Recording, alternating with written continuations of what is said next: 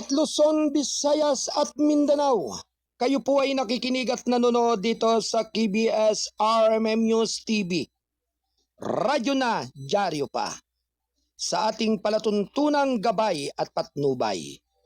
Dito sa Kasado Broadcasting Service. Ang responsabling mga mamamahayag. Ano man ang layat lingwahe mo basta't kayo ay Pilipino. Ito ang boses mo. At sa pangalan po ng ating station manager, Kuyang Alan Valenzuela Bordeos. At syempre naman mga kababayan, ito po ang abang lingkod ninyo, ang kuya ng lahat. Ang Mindorinyong Midnight Boy bagamat hindi ganong kagwapuan. Sigurado namang ito inyong maasahan, ang inyong Kuyang Arnold Aceveda Namuko.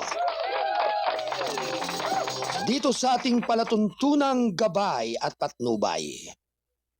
Dito sa ating impila ng KBS RMM News TV. Ito ay kasapi ng The United Multimedia International Press Corps. Aim to create hopes for the progress of good and continuing news dissemination. Vision, proper communication, coordination to any private and public entities worldwide. Mission, helping less unfortunate people, changing fortunes, and let our voice be heard. KBS Kasado Broadcasting Service. Deliver news. RMM, responsabling mga mamamahayag. At your service. Ang gabay at patnubay ay patuloy po ninyong maririnig at mapapanood. Tuwing 8 hanggang 10 ng umaga, Lunes hanggang Biyernes. Dito sa ating himpilan ng KBS RMM News TV.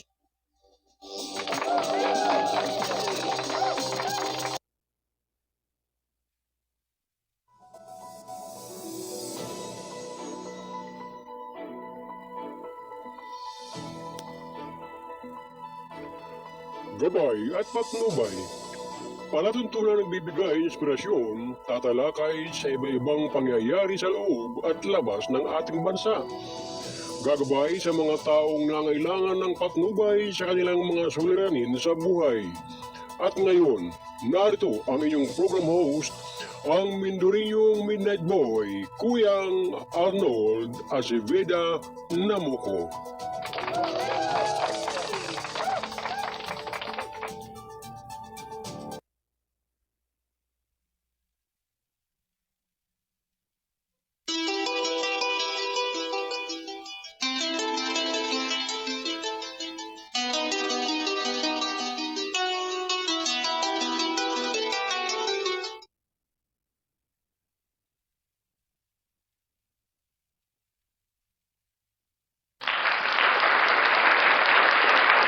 Apat na minuto bago mag-ikasyam ng umaga. Ito ay hatid ng KBS RMM News. Radyo na, dyaryo pa.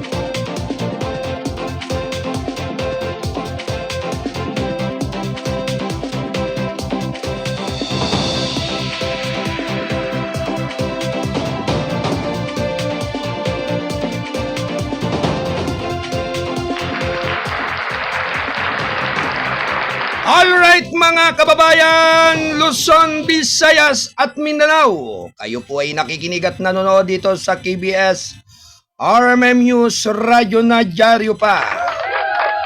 Samahan po ninyo ako sa loob ng 2 oras ng ating pagtatanghal ngayong araw ng Biyernes, June 13, 2025 ng taong kasulukuyan. Good morning everyone! At syempre ang ating pong nakakasama dito sa ating Studio 1. Sa ating technical side, si Ate Del Aldea Santos at Ate Rose Marie Padirong. Magandang umaga po sa inyong lahat mga kababayan. Sa lahat ng ating mga OFW sa iba't ibang dako ng mundo. Sa lahat ng ating manggagawa sa buong bansang Pilipinas. Good morning everyone! At syempre, sa pangalan pa rin po ng ating station manager, Kuyang Alan Valenzuela Bordeos. Ito naman po ang inyong abang lingkod, ang kuya ng lahat, ang Mindorinyong Midnight Boy, bagamat hindi naman talaga gaanong kagwapuhan. Ito na may inyong maaasahan.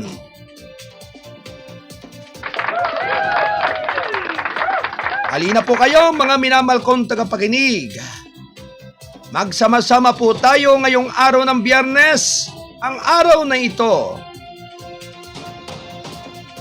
ay araw ng Yesus Nazareno sa simbahan ng Quiapo. Tuwing araw ng Biyernes, siyempre ang ipinagtutungo karadalasan ng ating mga kababayan.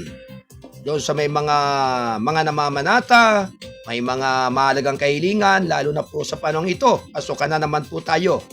Ilang araw na lamang, At patuloy na naman po ang pamamayagpag ng ating mga estudyante, lalo na po yung mga nasa elementary. Busy na naman po ang mga nanay o tatay sa kanilang paghatid sundo sa kanilang mga anak. Kaya talagang kinakailangan po ay mag-ipon kayo ng lakas ngayong araw ng Biyernes. Siyempre, Sabado, Linggo, Lunes ay umpisa na po ng pasukan ng ating mga mag-aaral. At siyempre, ang alagay nila naman po at bantayan ay yung pong mga nasa elementary, yung pong papasok ng grade 1 hanggang grade 4. Talagang medyo kailangan po talaga niya yung paggabay at talagang pag-alalay ng mga magulang o kaya yung mag-aalaga ng bata. Sapagkat hindi pa po yan gaanong tayado o nasa talagang tamang isip o para maging matured yung mga kabataan katulad ng ganyang mga edad, kinakailangan po talaga yan ay gagabayan talaga po ng kapamilya tungo doon sa kanilang pasukan na eskwelahan. Anyway, magandang umaga po sa ating nasa Studio 2 Bulwagan ng Balitaan ni Kuyang Alan Valenzuela Bordeos, ang ating publisher. At syempre ang ating operation manager, Ate Cora Biernes. Likewise kay Ate Joy Pasco. At syempre binabati po natin ng magandang morning ang ating tagapagtaguyod, si Attorney Mike Bordeos. Hello Kuyang Mike, magandang morning sa iyo dyan. At ganoon din sa ating nasa Studio 3, Bulwagan ng Balitaan ni Bisayang Tisoy, si Kuyang Wayne Espinoloso. Anyway, sa lahat po ng ating mga autoridad sa ating kapulisan ng Republika ng Pilipinas, siyempre sa punguna po ng ating buting PNP Chief General Nicolas Torre III. Magandang morning sa iyong buting tanggapan, sir. At ganun din sa ating spokesperson Brigadier General Jen Pajardo. Magandang morning everyone. At syempre ganun din po sa ating Regional Director ng Region 4A Calabarzon, Brigadier General Paul Kini Tuay Lucas. At syempre sa butihing tanggapan ng ating Public Information Office, R4A Calabarzon, Police Lieutenant Colonel Chita del Gawiran. Magandang morning, ma'am. At syempre sa ating magiting na ikangay gentleman, ang ating Provincial Director ng Rizal. Yan, si Police Colonel Felipe B. Maragon. Magandang morning sir at siyempre sa ating regional director rin ng Mimaropa Region 4B. Yan, si Brigadier General Roger Quezada. Good morning everyone! Mapagpalang umaga po sa lahat ng ating kapulisan, Luzon, Visayas at Mindanao. Siyempre dito sa Mega Manila, National Capital Region, magandang umaga sa lahat ng ating mga kapulisan at autoridado, lahat ng ating mga may kapangyarihan sa pangangalaga ng peace and order ng ating bayan. Siyempre, nalalapit na nga po at sa Lunes ay i-start na po ang pasukan ng ating mga eskwela. Yan. Kaya siyempre usong-uso na muli ang Brigada Eskwela, kaya kinakailangan po talaga laging handa ang bawat isa. Binabati po natin ng magandang morning. Siyempre mga kababayan, ang ating Chief of Police ng Bayan ng Taytay Rizal, Lieutenant Colonel Marlo Solero, at si Sergeant Enriquez. Yan, magandang umaga po sa lahat ng kapulisan ng Bayan ng Taytay. Likewise sa ating punong bayan, Mayor Alan Martin de Leon. Yan. And sangguniang Bayan ng Taytay Rizal. Siyempre, higit sa lahat, sa ating pong lahat ng mga taga-departamento ng munisipalidad ng Taytay Rizal. Siyempre, lalong-lalo na po yung mga taga-upaw, supungo na po ni Ate Jaja de Leon. Siyempre, talagang kinakailangan pong ang bawat isa ay mayroong kumustahan. Yan.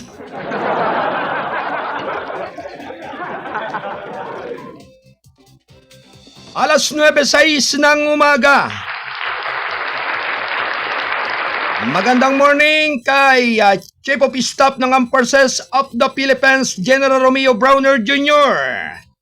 At sa kay Major General Cirilo C. Balaoro Jr., ang Commander ng 2nd Infantry Division ng Jungle Fighter Philippine Army.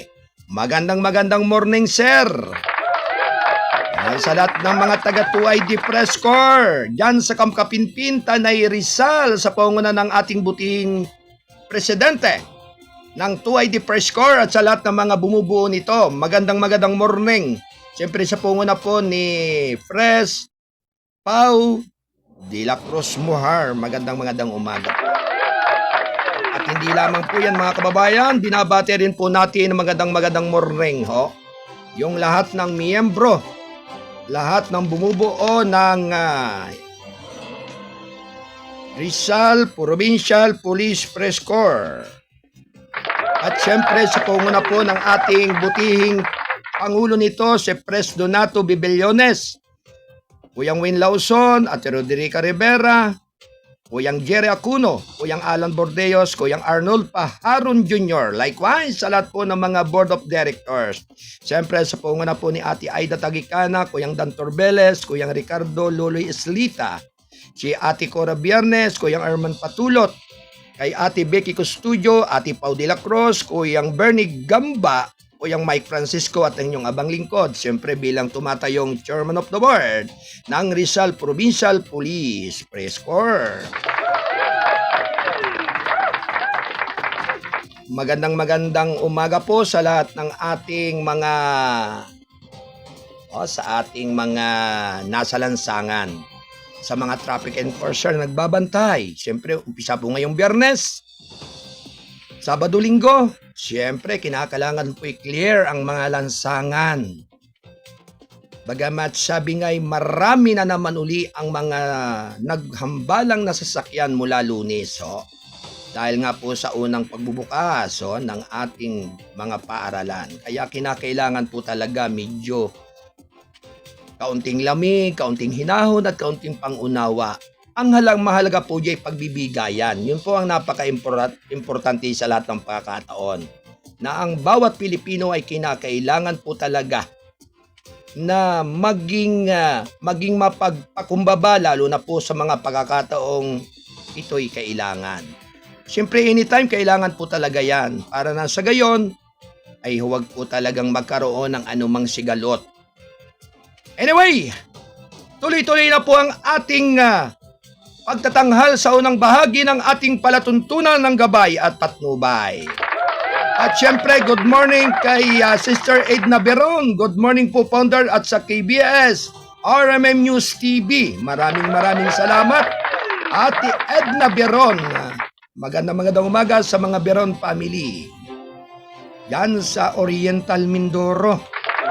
Kay Ate Maribel Remuyan. Good morning everyone dyan sa lungsod ng Calapan. At syempre kay Romulo Balanggit. Good EM sa Kasado. Maraming salamat po sa inyong lahat at ganoon din po sa taga Biba KPP Divine Healing. Good morning KBS, RMM Gabay at Patubay ni Kuya Arnold Acebeda Namuco. Maraming salamat po taga Biba KPP Divine Healing. Mapagpalang umaga po KBS RMM News, Kuya Arnold Namuco. Maraming salamat po sa inyong mga pagbati. At syempre, ganoon din po kay Ate Ann. Yan, Federasyon ng Lungsod ng Antipolo. Mapagpalang umaga po sa inyong lahat. Alright, tuloy-tuloy na po ang ating balitaan. Round 1. Ready, go!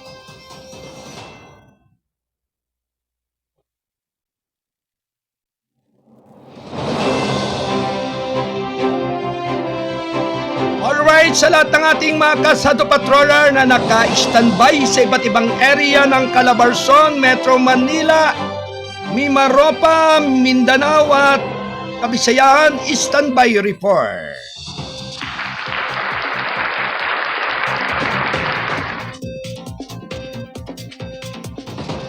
Labing isang minuto makalipas ang ikasyam ng umaga. Mga artista, komunidad, hinimok na sumali sa National Weaving Competition. Round 1. Ready, go! Hinikayat ang mga Pilipinong artisano at komunidad na sa buong bansa na sumali sa taon ng paligsahan sa paghabi ng Peña at Abaka. Ang 8 Lourdes Montinola Peña Weaving Competition at Port Eloisa Heson Gomez Abaka Weaving Competition ay magtatapos sa 15 likhang Hobby Market Fair sa October 10 and 12, 2025. Ang mga entry